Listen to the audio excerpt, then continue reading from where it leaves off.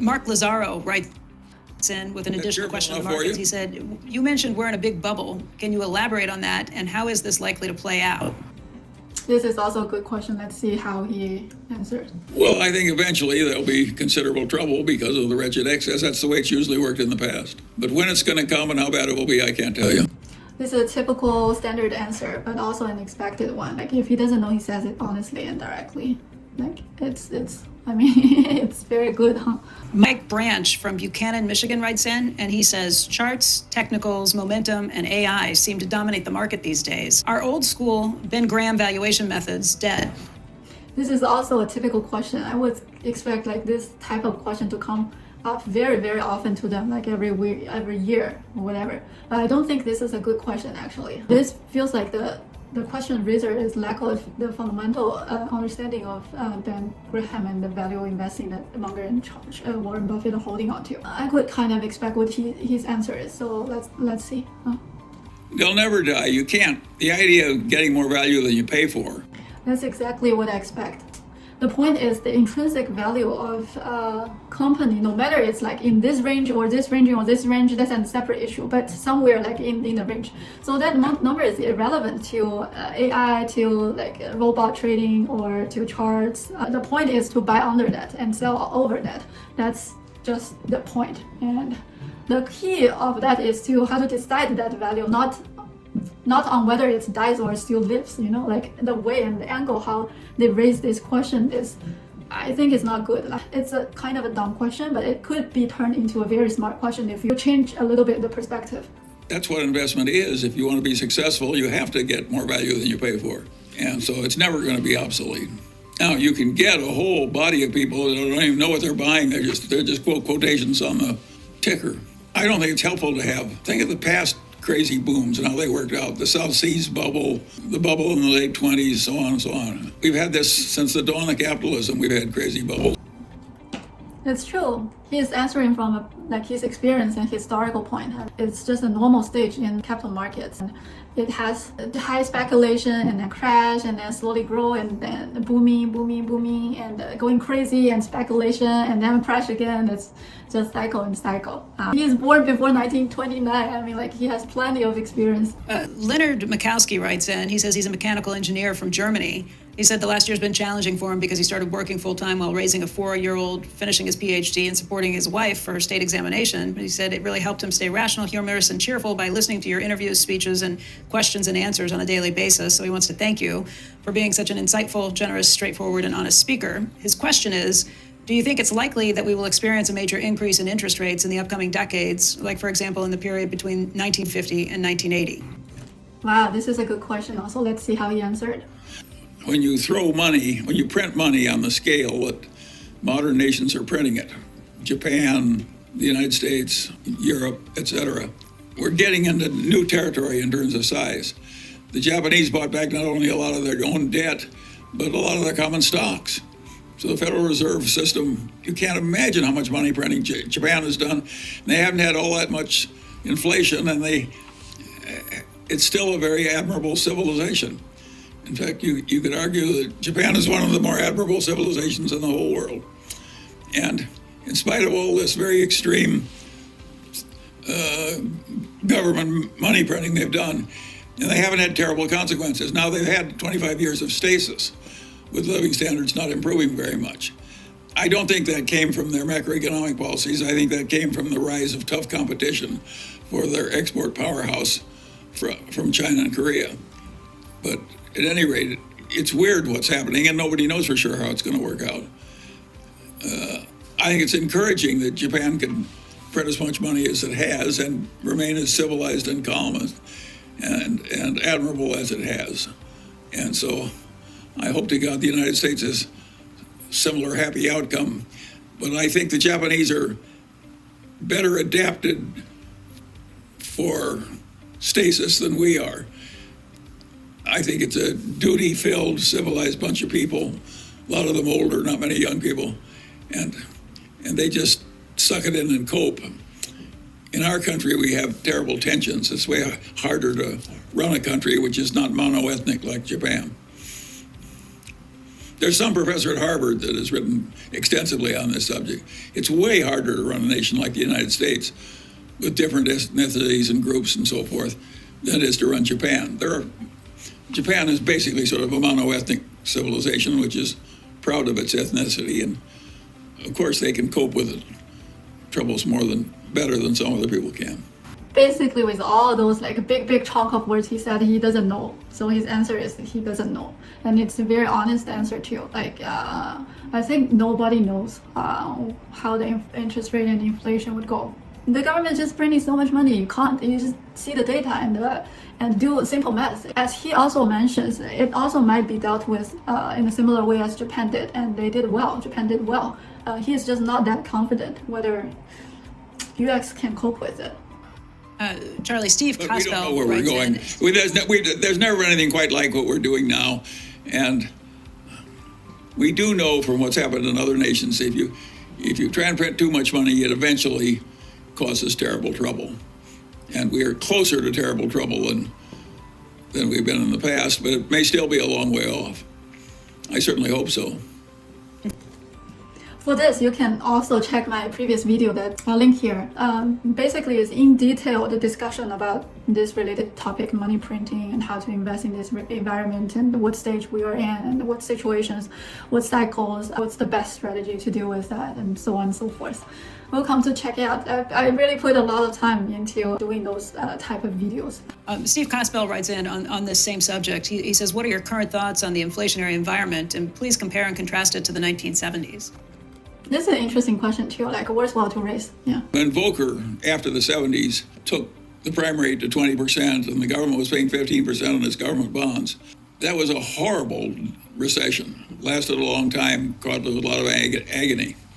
And I certainly hope we're not going there again. I think the conditions that allowed Volcker to do that without an interference from the politicians were very unusual. And I think in 2020 hindsight, it was a good thing that he did it.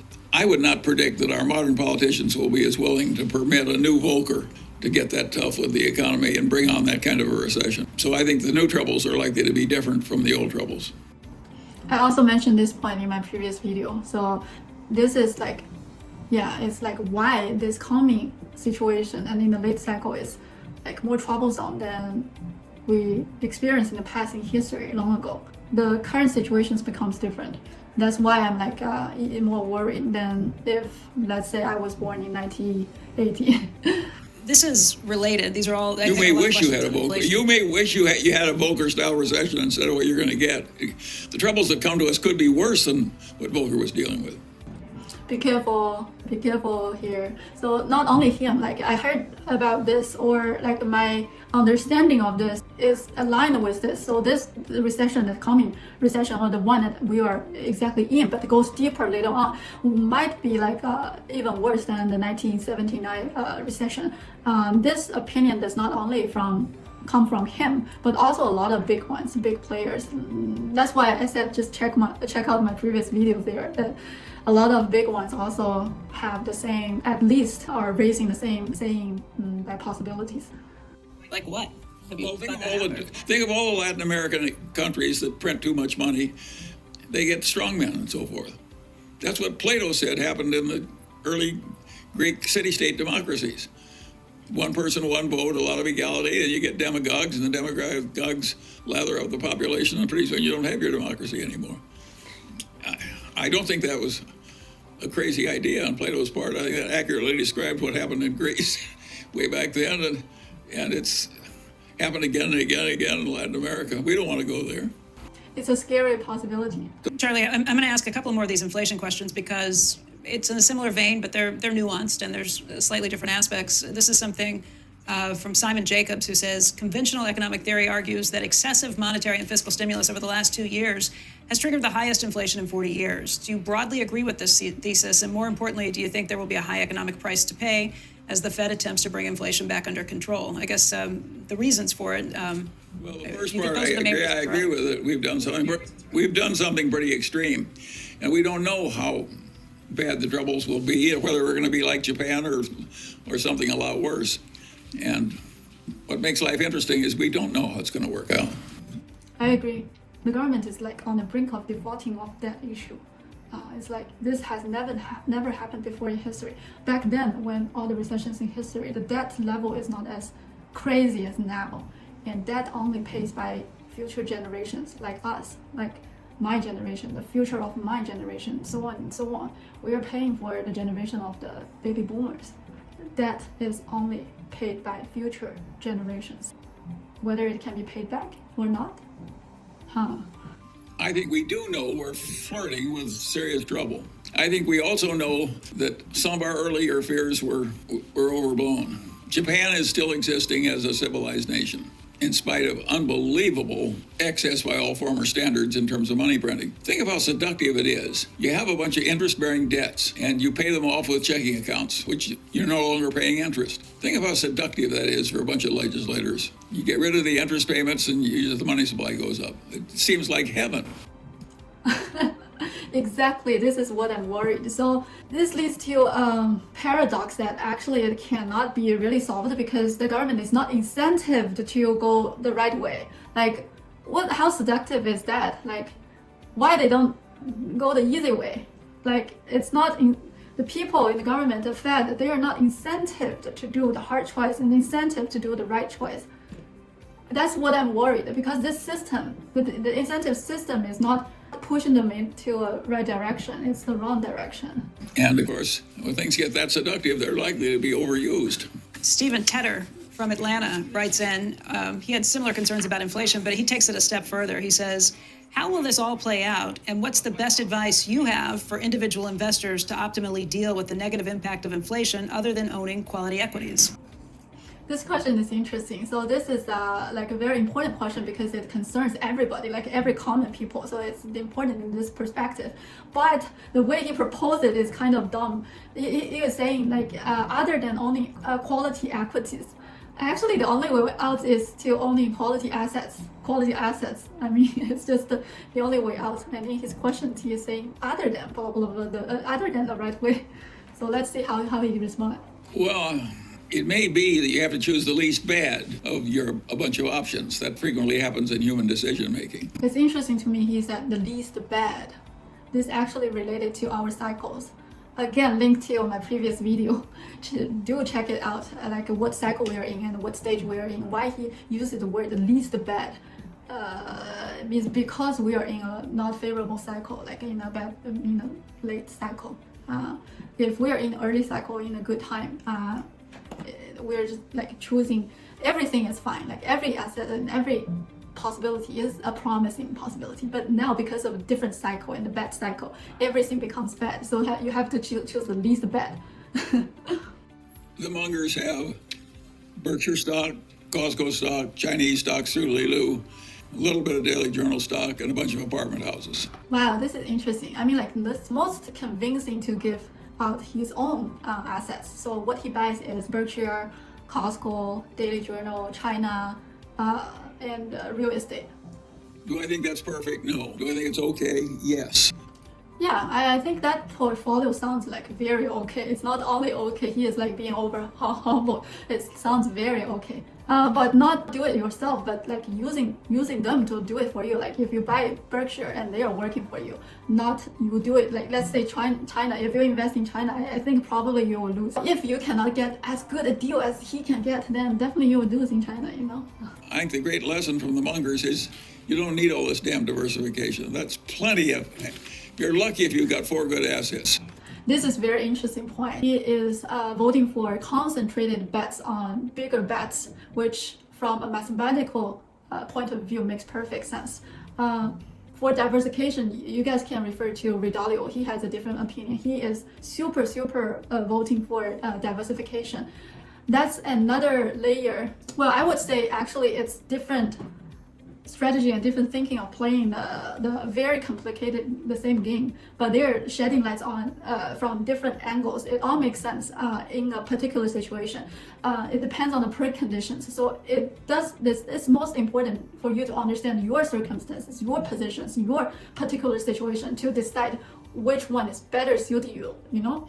Like for common people, actually, for common people, Mungers, I would say Mungers definitely suit more concentrated bets of little ones over a huge amount of diversification. This is, in essence, is because of the amount of investment, the amount of money you're investing is small, like for common people. But let's say if like for a hedge fund, for pension fund, for mutual fund, they are doing like I don't know, like how many trillions of investment. If in that number, diversification becomes super, super important. So they do not have right or wrong. They are applying to different situations. Okay, diversification or not diversification applies to totally different situations. Be aware of that. And Munger now here is like more kind of suggesting to a common people, because this question, the angle it raised is from like an individual perspective, like what should individuals do in those situations, and his answers is correct. Like it's very suitable there by not that diversifying. But I believe if we are asking him questions for mutual fund, pension fund management, is diversification making sense, or from mathematical point of view, I think probably he will answer yes. It's a totally different game. I think the finance professors and that sell the idea that perfect diversification is professional investment. If you're trying to do better than average, you're lucky if you have 4 things to buy. It seems like he doesn't agree what I was proposing. Even for the professional players and the fund managers, he thinks diversification is not making sense either. He thinks should go concentrated bets also. Well, let's differ that. Let me know in the comment section below, John, how you think so. Like for this question, what's your opinion on that? And to ask for 20 is really asking for egg in your beer. It's very few people can have enough brains to get 20 good investments. This thing makes more sense to me now because it limits how many like good assets you can find.